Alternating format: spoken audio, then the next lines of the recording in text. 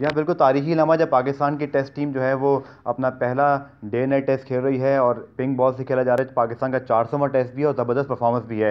साबिक कप्तान साबिक कोच वकार यूनुस हमारे साथ मौजूद हैं, उनसे बात करते हैं। वकार वही, बहुत शुक्रिया आपके वक्त का। कैसे देख रहे हैं पाकिस्तान टेस्ट टीम की परफॉर्मेंस को? एक दफ़ा फिर हमने अथॉरिटी दिखाई है। जी बिल्कुल, पाकिस्तान टीम पिछले कई सालों से बहुत अच्छा खेलती हुई आ रही है।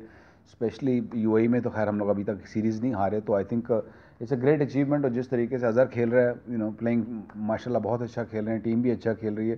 So I think full credit to the team as well as the coaching staff, जिस तरीके से मेहनत हो रही है and things are looking good.